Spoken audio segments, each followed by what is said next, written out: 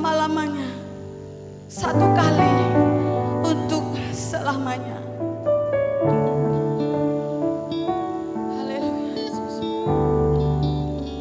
Sekali Yesus, selamanya Yesus, harapan takkan hilang karena kasih-Nya sekarang ku ada. Oh Yesus, ku cinta Kau selamanya. Nyatakan dengan segenap hati, sekali Yesus, selamanya Yesus, selama-lamanya hanya Yesus, harapan takkan hilang karena kasih-Nya sekarang ku ada. Oh Yesus, ku cinta Kau selamanya.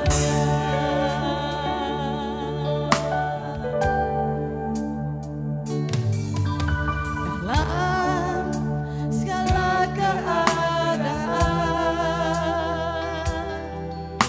waktu berlimpah maupun kurang,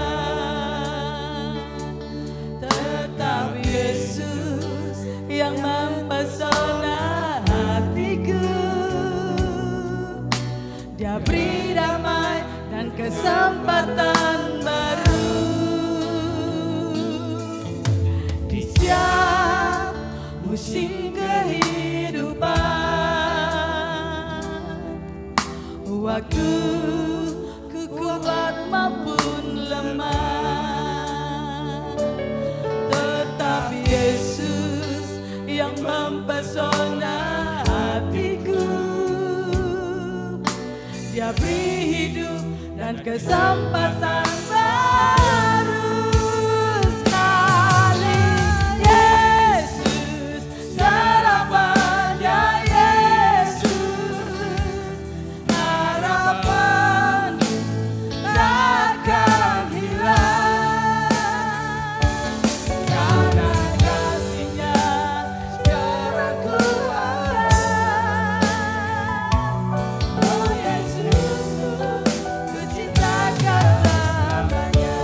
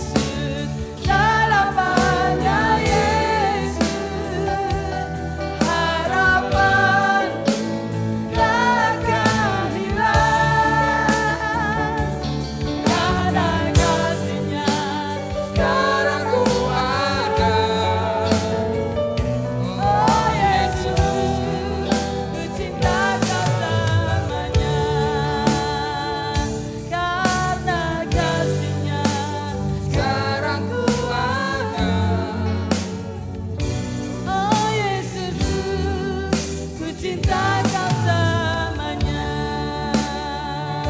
Oh Yesusku, ku cinta Kau selamanya. Oh Yesusku, ku cinta Kau selamanya. Kami tahu di dalam Engkau ada pengharapan ya Tuhan. Dan pengharapan itu adalah kekal selama-lamanya. Engkaulah Allah, Engkaulah Tuhan. Engkaulah Raja di atas segala raja. Dan Raja itu tinggal di tengah-tengah kami Tuhan. Terima kasih ya Bapa. Hari ini Tuhan, kami bersyukur kepada Tuhan. Kebaikan Allah nyata di dalam hidup kami Bapa. Terima kasih. Di dalam nama Tuhan Yesus kami mau mendengarkan firman-Mu. Haleluya. Amin.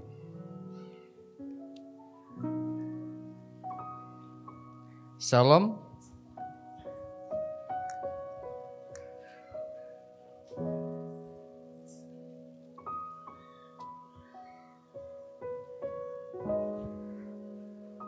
Saudara, biasanya hari kenaikan Tuhan itu biasanya tidak setenar hari Paskah atau Natal, saudara.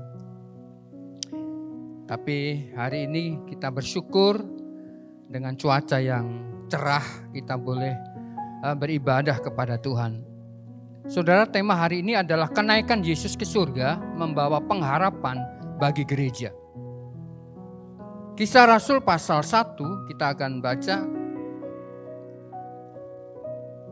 Saya baca mulai dari ayat 6, di situ ayat 9, saudara. Saya bacakan mulai dari ayat 6. Maka bertanyalah mereka yang berkumpul di situ, Tuhan, maukah Engkau pada masa ini memulihkan kerajaan bagi Israel? Jawabnya, Engkau tidak perlu mengetahui masa dan waktu yang ditetapkan Bapa sendiri menurut kuasanya. Tetapi kamu akan menerima kuasa kalau Roh Kudus turun ke atas kamu. Dan kamu akan menjadi saksiku di Yerusalem, dan di seluruh Yudea dan Samaria dan sampai ujung bumi. Sesudah ia mengatakan demikian, terangkatlah ia disaksikan oleh mereka dan awan menutupnya dari pandangan mereka. Ketika mereka sedang menatap ke langit waktu ia naik itu, tiba-tiba berdirilah 2 orang yang berpakaian putih dekat mereka dan berkata kepada mereka, "Hai orang-orang Galilea, mengapakah kamu berdiri melihat ke langit? Yesus ini yang terangkat ke surga meninggalkan kamu akan datang kembali dengan cara yang sama seperti kamu melihat dia naik ke surga." Saudara, peristiwa kenaikan Tuhan Yesus ke surga merupakan rangkaian peristiwa yang tidak terpisahkan dari peristiwa-peristiwa sebelumnya. Kelahiran, kematian, kebangkitan, dan kenaikan tinggal satu. Kedatangannya yang kedua kali. Jadi kita lihat bahwa ini sebuah mata rantai yang tidak bisa dipisahkan, saudara. Semuanya saling berhubungan dari kelahiran sampai dengan kenaikan. Setelah kebangkitan dari antara orang mati, Yesus selama 40 hari ia berkali-kali menampakkan diri, bahkan bercakap-cakap dengan murid-muridnya. Lalu yang menjadi pertanyaannya, saudara, mengapa Yesus selama 40 hari menampakkan diri kepada murid-muridnya? Ya, ini menyimpang sedikit. Seringkali, kadangkala kita memiliki adat istiadat. Ya, saya menyelidiki, ya, saya juga buka-buka belajar, pikiran saya terbuka. Kadangkala kita ini adat, kadangkala orang baru mati, kadangkala tunggu 40 harinya masih di rumah katanya. Ya, itu nggak tahu benar apa salah, tapi firman Allah tidak ajarkan seperti itu. Pada waktu saya mengerti, kenapa Yesus ini kok tinggal 40 hari dan berkali-kali dia menampakkan diri kepada murid-muridnya. Saudara tahu bahwa cerita daripada Tuhan Yesus ini, ya, murid-muridnya ini menggadang-gadang Yesus, saudara. Dia ingin dijadikan raja. Bahkan murid-muridnya itu punya impian, saudara. Kita lihat, mengapa mereka tinggal 40 hari, selama 40 hari menampakkan diri kepada murid-muridnya. Karena iman murid-muridnya terguncang pasca kematian Yesus, saudara. Mereka berkata, ini Tuhanku yang hebat. Tidak mungkin Tuhan meninggalkan. Tapi pada waktu Yesus ditangkap, dibunuh di depan mata mereka, itu sangat menyakitkan. Baik pada waktu itu Yesus 40 hari dia masih bersama-sama dengan murid-muridnya. Setelah kebangkitannya, dia menampakkan diri, mengajar mereka, menemani mereka, saudara. Yesus yang diandalkan, dipuja-puja harus mati dengan cara yang sangat kejam. Sehingga pada waktu itu mereka tercerai-berai. Ibaratnya domba-domba yang tanpa gembala. Itu yang dialami murid-muridnya tuh, saudara. Mereka kecewa dengan harapan-harapan yang ada di dalam diri Yesus secara manusia pada waktu itu. Cita-cita mereka untuk duduk di sebelah kanan Yesus pupus sudah pada waktu Yesus mati. Para murid-murid juga kembali kepada aktivitasnya masing-masing akhirnya. Nah, untuk memulihkan iman dan dasar pengharapan mereka, Yesus harus 40 hari dia bersama dengan mereka. Memulihkan mereka, meneguhkan mereka, memberikan pengharapan bagi mereka, menasihati bagi mereka. Tidak gampang, saudara. Yesus tahu bagaimana goncangan yang ada di dalam diri hatinya murid-murid pada waktu itu. Makanya dia masih tinggal 40 hari. Ini yang sering kali kan menjadi apa itu? Budaya di Indonesia. Waktu saya ngerti ini, oh iya, saya yang salah. Kadang-kala, Pak ini Pak makan Pak. Oh bapaknya sudah mati kasih makan. Ya. Ini budaya, saudara. Budaya yang berkembang di negara kita. Nah, kita akan melihat hal yang pertama. Hal-hal yang penting yang perlu kita perhatikan di dalam peristiwa kenaikan Yesus Kristus. Yang pertama, bahwa kenaikan Yesus Kristus ke surga itu sebuah fakta dan bukan sebuah mitos, saudara. Ini fakta.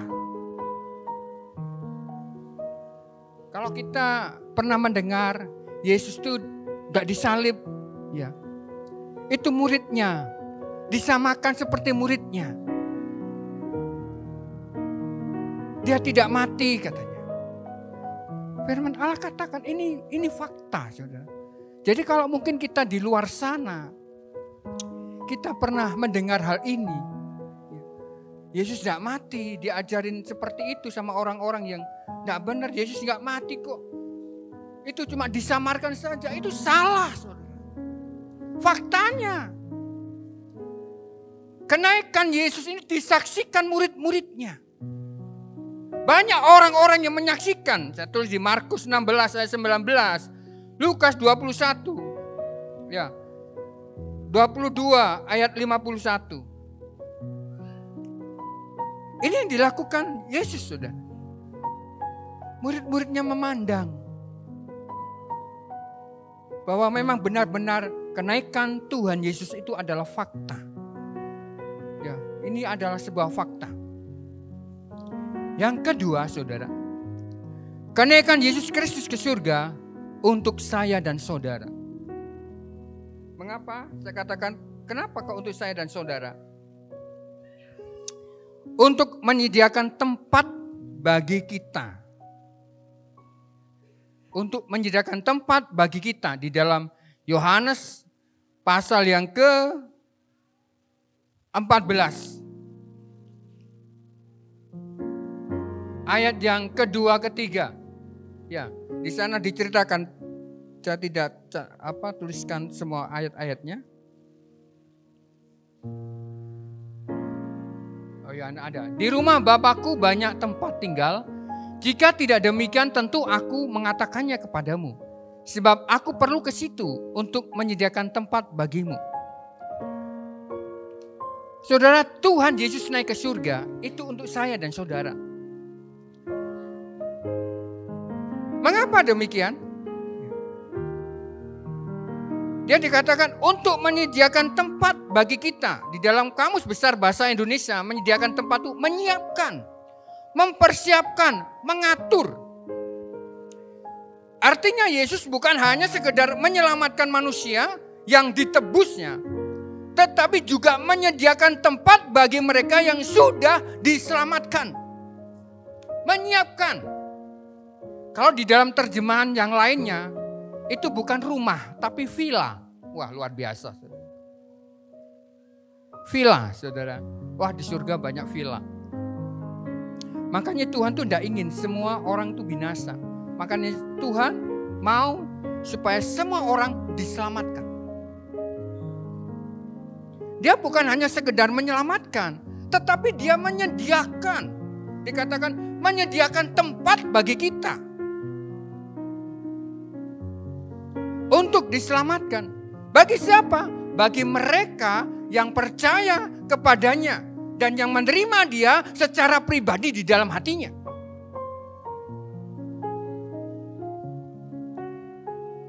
Kenapa kok Yesus, saudara? Firman Allah katakan di dalam Yohanes 3. Ayat 13, hanya pribadi yang datang dari surgalah yang mampu membawa manusia ke surga. Yang hanya bisa membawa kita, kehidupan kita ini masuk ke surga adalah orang yang datang dari surga. Kalau saya tadi kemarin waktu renungan anak-anak, saya bilang, kalau kalian ke Surabaya, ngajak orang yang gak tahu Surabaya, gimana? Kesasar pasti. Tapi kalau kamu ke Surabaya, bawa orang Surabaya, kamu tidak akan kesasar. Nah, seperti inilah Yesus datang dari surga. Hanya dialah yang dapat membawa kita ke surga. Gak ada yang lain. Jangan dibodohi oleh apapun juga. Yang mengatakan itu bisa, gak bisa, saudara. Yang hanya bisa membawa kita ke surga hanya pribadi Yesus. Di dalam Kisah Rasul pasal 4 ayat 12. Sudah sangat jelas di situ. Keselamatan itu hanya datangnya daripada Dia. Jadi harus kita pahami, saudara. Kita harus menjadi seorang Kristen yang benar-benar mengerti, memahami apa yang dikatakan firman Allah. Hanya pribadi yang datang dari surga yang mampu membawa kita ke surga. Di dalam Kisah Rasul tadi, karena hanya di dalam Dia oleh semua orang di dalam karena hanya di dalam Dia semua orang yang percaya diselamatkan. Hanya di dalam Dia orang yang percaya kepadanya diselamatkan. Jangan bilang gini, oh semua agama sama, oh enggak sama. Saya katakan. Di dalam kekristenan itu enggak sama. Agama itu hanya mengajarkan norma-norma saja. Tetapi keselamatan itu hanya ada di dalam Yesus Kristus. Karena itu muda-mudi jangan pernah meninggalkan Yesus. Gara-gara cowok, gara-gara cewek, gara-gara pekerjaan meninggalkan Tuhan. Sebab apa, saudara? Sebab hanya di dalam Dialah keselamatan itu ada. Sebab Dialah jalan. Firman Allah katakan, akulah jalan.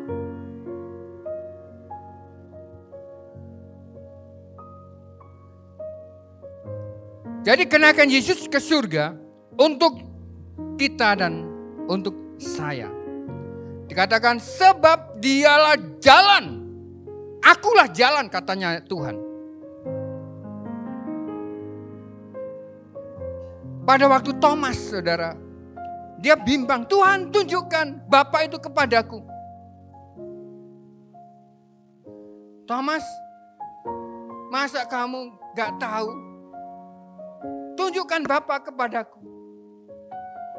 Murid-muridnya yang lain juga ngikuti Filipus. Filipus ini sudah percaya Tuhan, mengiring Tuhan, ikut-ikutan Thomas. Kadang-kala kita menjadi orang percaya masih bimbang. Bener enggak Yesus ini juru selamat? Kadang-kala bimbang banget. Apalagi kalau menghadapi tantangan, cobaan, ujian. Kadang-kala mudah sekali kalau kita nggak mengenal Tuhan sungguh-sungguh, meragukan Tuhan. Bener enggak ini Tuhan?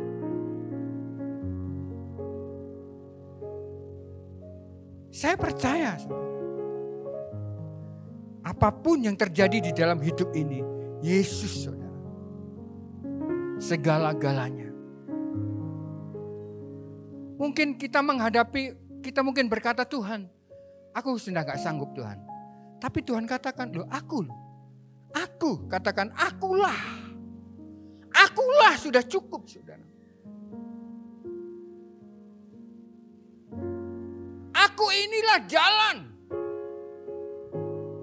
Gak ada yang lain.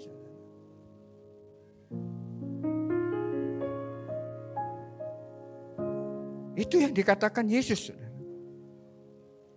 Sekarang yang ketiga.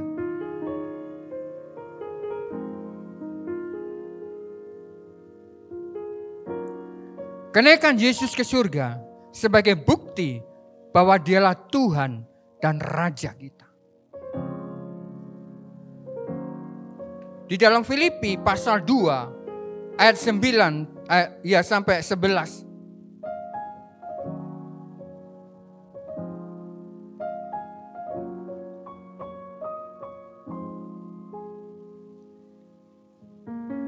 Segala sesuatu berada di bawah kuasanya.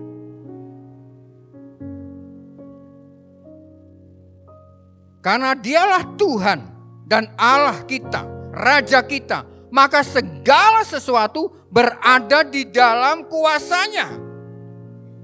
Segala kuasa, segala apapun berada di dalam kuasanya.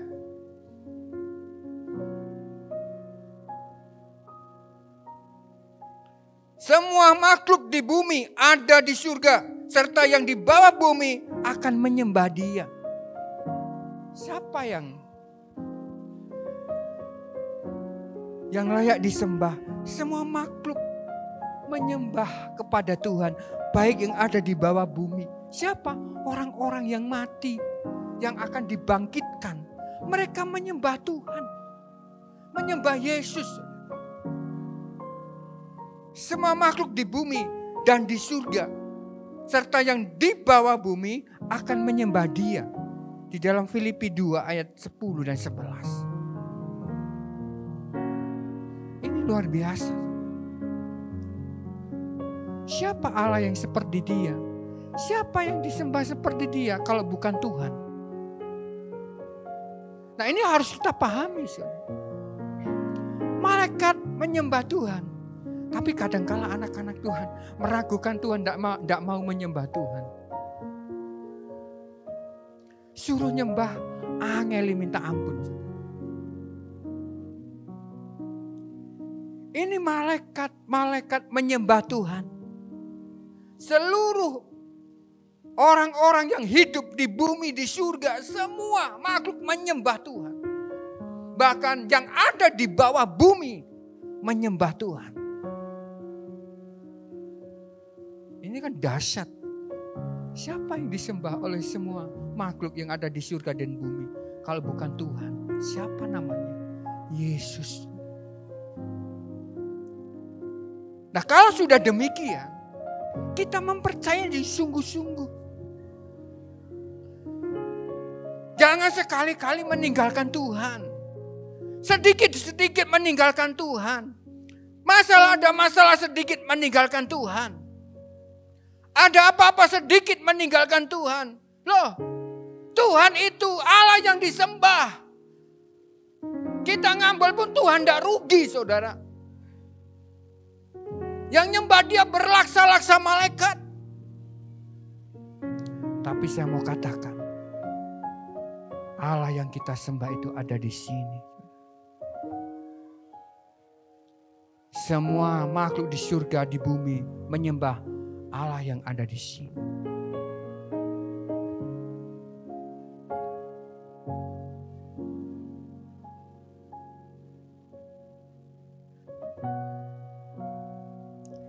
Dia sedang memerintah bersama Allah.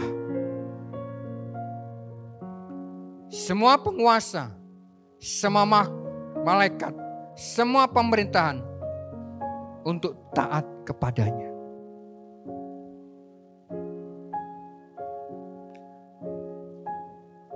Siapa dia sampai malaikat taat kepadanya? Siapa dia? Semua penguasa taat kepadanya. Siapa dia? Semua pemerintahan taat kepadanya. Dia adalah Raja, namanya Yesus Kristus. Dia naik ke surga. Dia menyatakan pribadinya sebagai bukti bahwa dialah Tuhan dan Raja.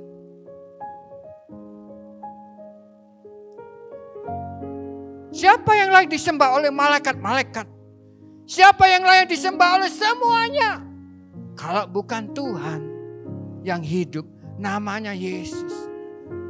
Yesus yang kita bawa setiap hari kemana kita berjalan. Yang ada di dalam hati kita, kemanapun kita jalan, dia bersama dengan kita. Tetapi kadangkala kita nggak sadar. Kadangkala anak Tuhan seenaknya sendiri melakukan hal-hal yang tidak baik, yang berdosa. Padahal dia bersama-sama dengan Allah. Di kamar mandi bersama Allah. Di dapur dia bersama Allah.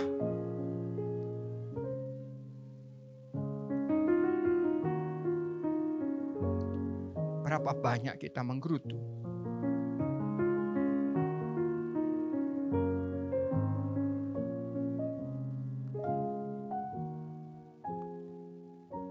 Allah kita adalah Allah yang hidup, saudara. Ia adalah cahaya. Ia adalah kemuliaan. Dia adalah gambar. Dia adalah wujud daripada Allah. Yesus itu adalah cahaya. Dia kemuliaan. Dia gambar dan wujud daripada Allah sebenarnya.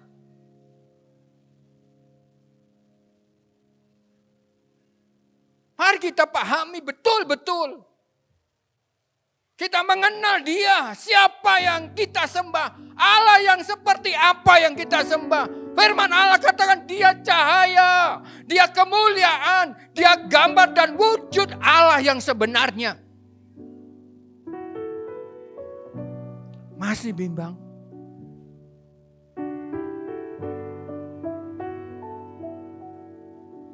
Ini saudara.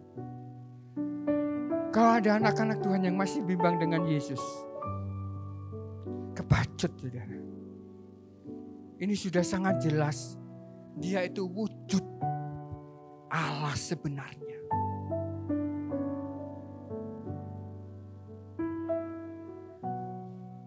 Saudara minta berkat apa tidak minta berkat, Tuhan tetap memberkati. Tangan Tuhan tidak pernah turun. Dia selalu memberkati saudara dan saya. Saudara minta apa tidak minta, dia tetap memberkati saudara. Tangannya tidak pernah turun.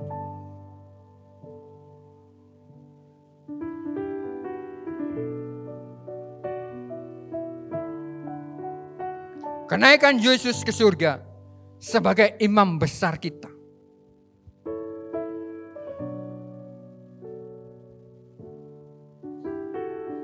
Imam besar artinya seseorang yang bertindak dalam pelayanan keagamaan. Itu dalam Kamus Besar Bahasa Indonesia. Orang yang kudus dan memisahkan dirinya dari hal-hal duniawi untuk menjalani pelayanan. Nah, imam besar kita Di dalam Ibrani pasal 4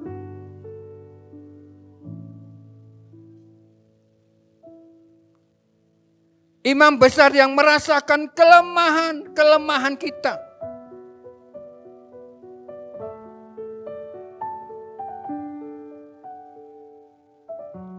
Ia merasakan kelemahan-kelemahan yang ada di dalam hidup kita.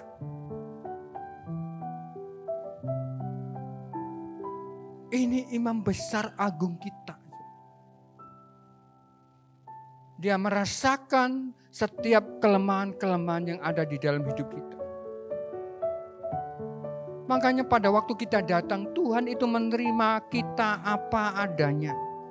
Dia tahu siapa kita, saudara.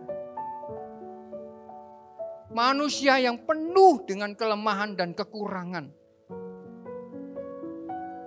Sebab itu dia tidak pernah menghakimi kita pada waktu kita datang kepadanya. Dia tidak bilang kamu harus begini, begitu, begini, begitu. Itu manusia. Tetapi Tuhan menerima kita apa adanya. Pada waktu kita merendahkan hati kita di hadapan Tuhan, Dia menerima kita apa adanya.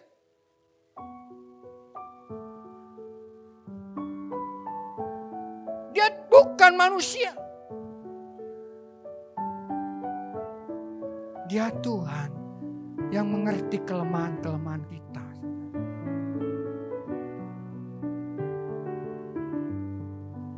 Ia juga mempersembahkan doa dan korban atas nama umat. Ini imam sebagai pengantara antara Allah dan manusia, itu imam. Atau seseorang pengantara, ia juga seorang pendoa syafaat bagi umatnya. Setelah dia naik ke surga, dia masih bekerja di sana. Dia bersyafaat. Dia jadi imam, jadi pengantara antara kita. Dia pembela kita, saudara. Dia pembela kita. Luar biasa. Makanya kita harus bersyukur kepada Tuhan. Dia memperhatikan, Dia membela kita. Selama 24 jam, Dia memantau kita, saudara.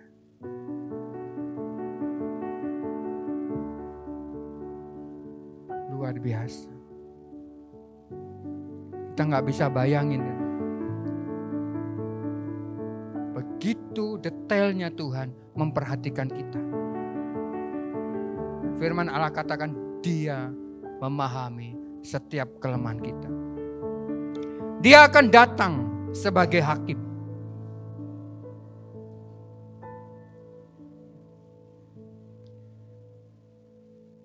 Dia akan datang sebagai hakim.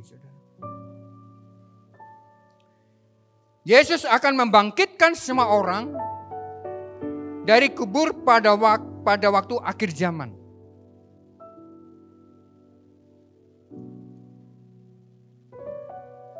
Semua orang akan dibangkitkan.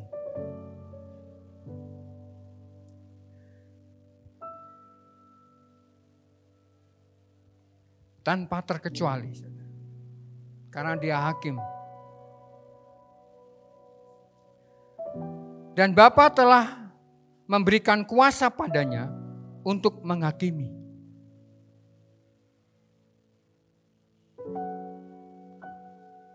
Jadi Bapa enggak menghakimi, diberikan kuasa itu kepada anaknya Yesus.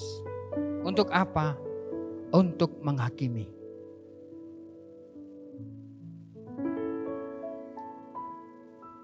Jadi penghakiman Tuhan itu sifatnya adil. Tidak seperti yang ada di dalam dunia. Mana ada uang, lolos. Kalau hakim yang adil, yaitu Tuhan kita nggak bisa disuap. Disuap dengan perbuatan baik kita nggak bisa. Disuap dengan amal kita pun nggak bisa. Kalau kita salah, kita harus minta ampun sama Tuhan. Kita harus mengakuinya. Nggak bisa kita suap dengan perbuatan-perbuatan baik kita, nggak bisa. Itu Tuhan kita. Dia hakim yang adil.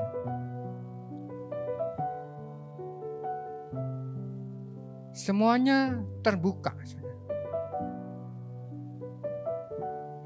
Jadi hakim yang adil itu namanya Yesus.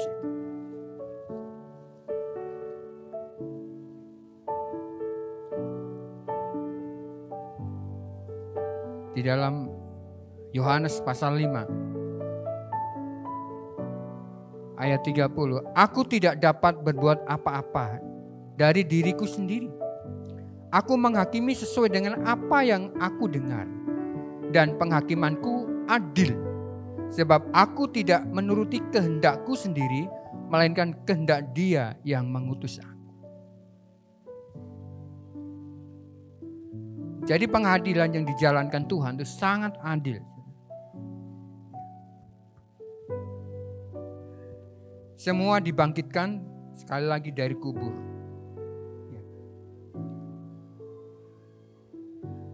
Terus setiap orang akan dikumpulkan di hadapan tahta pengadilan. Semua orang akan dikumpulkan di dalam tahta pengadilan. Di dalam Wahyu pasal 20.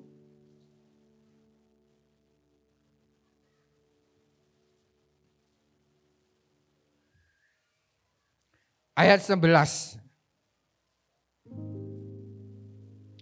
Lalu aku melihat suatu tahta putih yang besar dan Dia yang duduk di atasnya. Dari hadapannya lenyaplah bumi dan langit dan tidak ditemukan lagi tempatnya. Dan aku melihat orang-orang mati besar dan kecil berdiri di depan tahta itu. Lalu dibuka semua kitab dan dibuka juga sebuah kitab lain, yaitu kitab kehidupan. Dan orang-orang mati dihakimi menurut perbuatan mereka berdasarkan apa yang ada tertulis dalam kitab-kitab itu. Maka laut menyerahkan orang-orang mati yang ada di dalamnya, dan maut dan kerajaan maut menyerahkan orang-orang mati yang ada di dalamnya, dan mereka dihakimi masing-masing menurut perbuatannya. Lalu maut dan kerajaan maut itu dilemparkannya ke dalam lautan api. Itulah kematian yang kedua. Di dalam kitab Matius pasal yang 25 itu diceritakan Tuhan itu melakukan pemisahan. Suatu pemisahan akan dilakukan waktu penghakiman itu. Diceritakan bahwa yang domba itu artinya orang-orang yang percaya, yang menerima Yesus sebagai Tuhan dan Juru Selamat, itu sebelah kanan. Yang kambing, jadi orang-orang yang percaya, yang menerima Yesus secara pribadi akan masuk dalam kehidupan kekal. Mereka yang menerima Yesus sebagai Juru Selamat secara pribadi.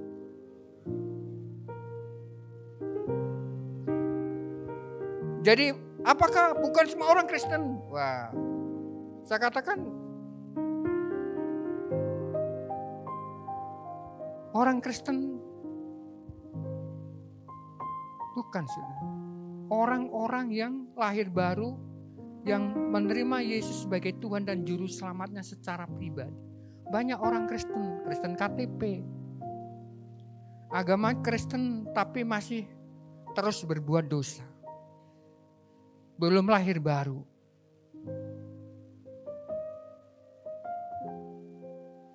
Belum menerima Yesus secara pribadi, mengundang Dia secara pribadi. Bisa saja itu Kristen turunan, bisa. Orang tuanya Kristen, anak-anaknya otomatis Kristen. Belum tentu dia menerima Yesus sebagai Tuhan dan Juru Selamat secara pribadi. Belum tentu. Mungkin ke gereja takut orang tuanya. Bisa. Nah, ini orang-orang yang menerima Yesus secara pribadi, dan menjadikan Yesus itu Tuhannya secara pribadi, Tuhan gambarkan dia seperti domba. Orang-orang yang melakukan kehendak Tuhan dan hidup di dalam kebenaran, Tuhan gambarkan dia seperti domba di sebelah kanan.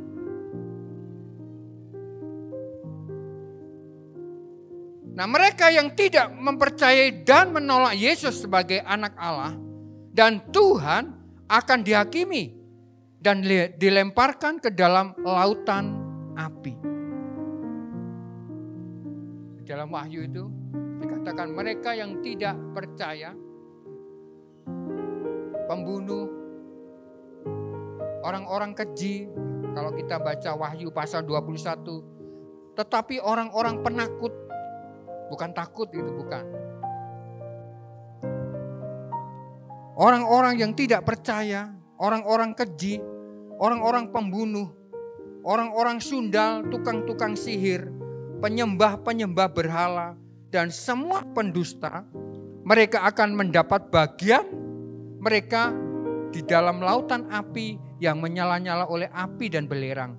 Inilah kematian yang kedua, artinya kekal. Ada kehidupan kekal dan kematian kekal. Kalau kehidupan kekal, kita bersama Tuhan, bersama-sama dengan Allah. Kalau kematian yang kekal, mereka langsung dihakimi Tuhan dan langsung masuk ke dalam neraka.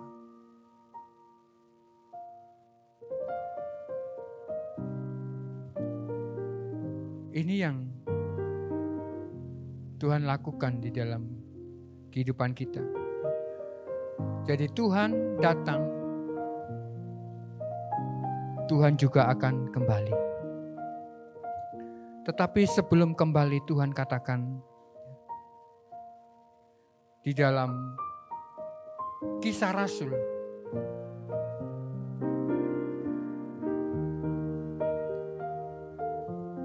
pasal yang pertama,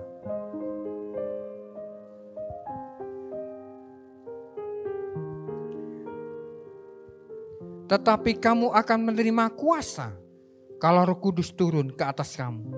Dan kamu akan menjadi saksiku di Yerusalem dan seluruh Yudea dan Samaria dan sampai ke ujung bumi. Mandat apa yang Tuhan berikan? Tanggung jawab apa yang Tuhan berikan di dalam diri kita? Yang pertama adalah menghadirkan kerajaan Allah di muka bumi. Di mana caranya? Dimanapun kita berada, kita menghadirkan kerajaan Allah. Melalui sikap hidup kita, melalui tindakan kita, melalui perbuatan-perbuatan kita, kita bisa menghadirkan Allah di tengah-tengah kehidupan orang-orang yang tidak mengenal Tuhan. Jangan sampai kehadiran kita menjadi batu sandungan bagi orang lain. Jangan sampai kehadiran kita tidak menjadi berkat bagi orang lain.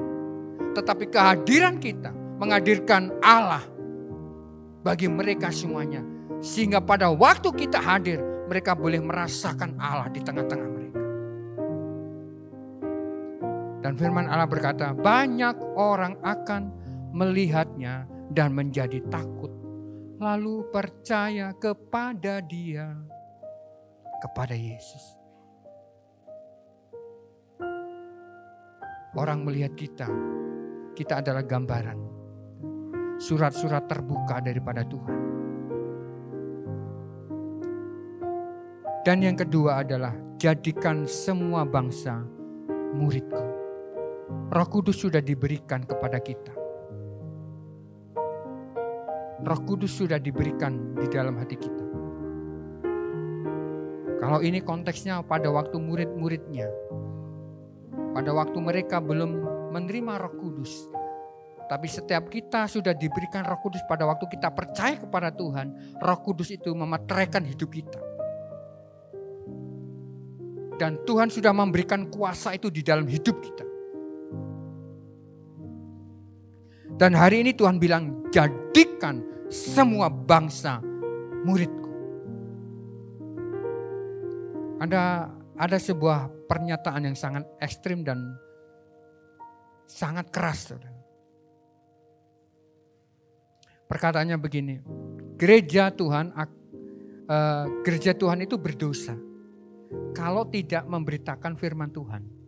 Artinya tidak menginjil. Kita akan berdosa kalau kita tidak menginjil.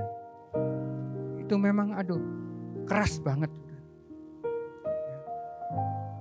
Memang sulit, saudara. Berapa hari lalu saya nginjil di rumah sakit. Wangel. Wah, lihat mukanya orang ini kewaku, kewereng. Wangel nginjil. Mau masuk injil nih, putul lagi. Mau masuk injil, putul lagi. Sulit, saudara. Memang. Tanpa Roh Kudus yang ada di dalam hati kita tidak mampu, saudara. Oleh karena itu, hari ini, mari saudara, kita mempersiapkan hidup kita. Mempersiapkan hidup kita. Kalau Yesus naik ke surga, Yesus akan datang bagi kita semua. Karena itu siapkan hati kita. Di dalam Matius pasal yang ke-24 ayat yang terakhir.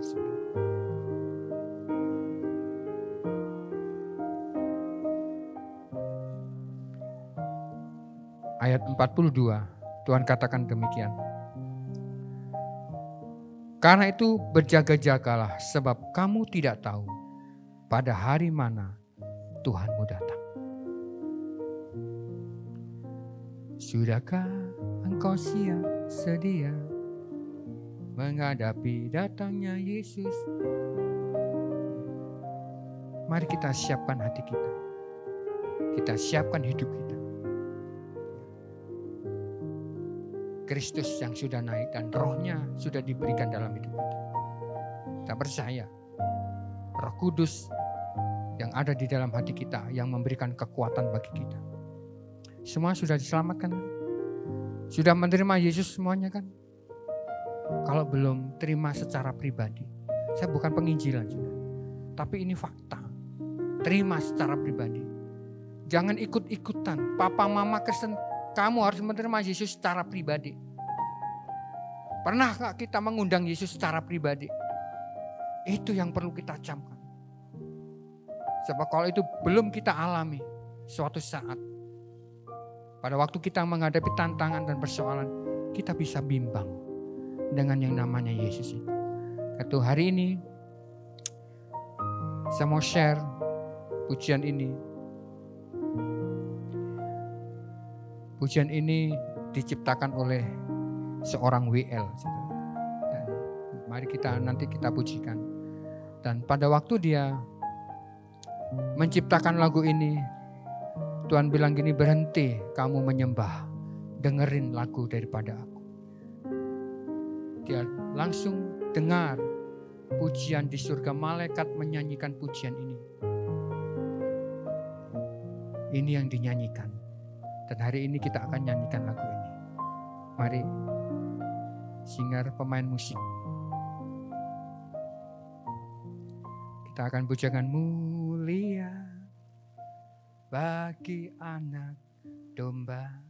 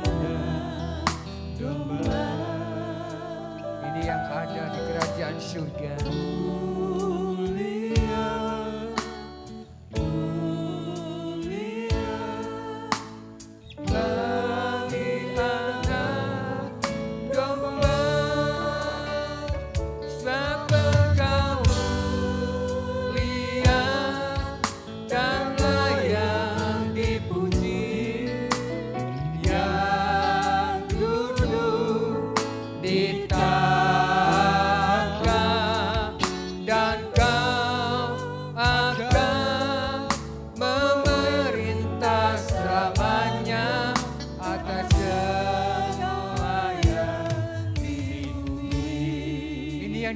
pujikan semua makhluk yang ada di surga. Dia pujikan lagu ini. Mulia bagi Engkau Yesus, bagi anak domba. Mari kita bangkit berdiri, saudara. Pujikan ini. Inilah yang ada di dalam kerajaan surga. Semua makhluk menyembah Tuhan. Semua malaikat menyembah Allah.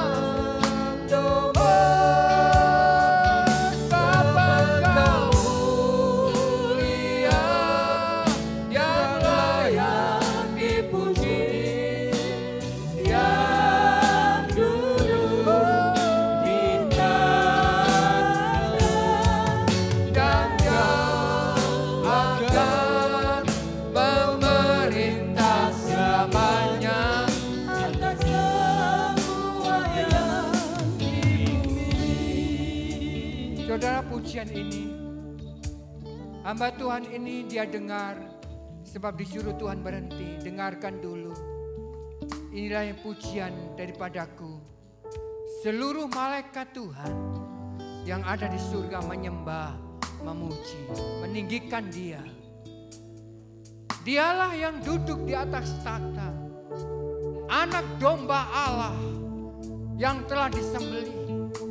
Yesus Kristus namanya, Allah yang hidup, Allah yang berkuasa, Allah yang naik ke surga. Dia akan datang ke dunia dan akan menjemput gerejanya. Haleluya.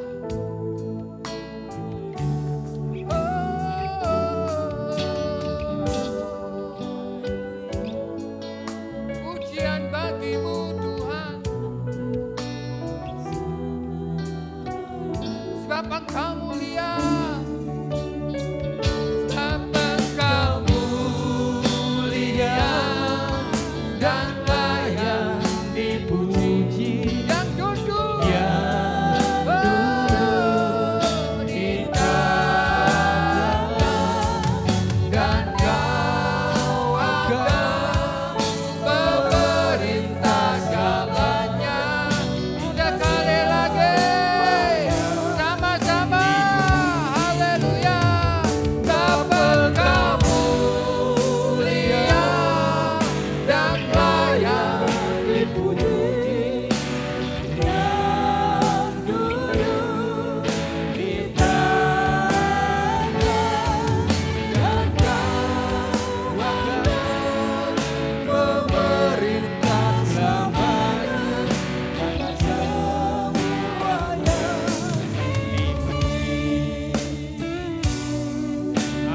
semuanya di bumi, atas semuanya. Hanya Engkau yang layak terima segala sembah dari kami ya Tuhan. Karena Kau telah membuktikan kekuatan-Mu dan kuasa-Mu. Kau buktikan bahwa Kau adalah Tuhan yang naik ke surga. Dan kami percaya Tuhan sampai hari ini Engkau tetap berkuasa atas kami. Kami boleh menyembah Engkau dan menyerahkan diri kami kepadamu ya Tuhan. Karena hanya Engkau yang layak terima segala sembah dari kami, bahkan seluruh hidup kami. Kami persembahkan bagimu ya Tuhan.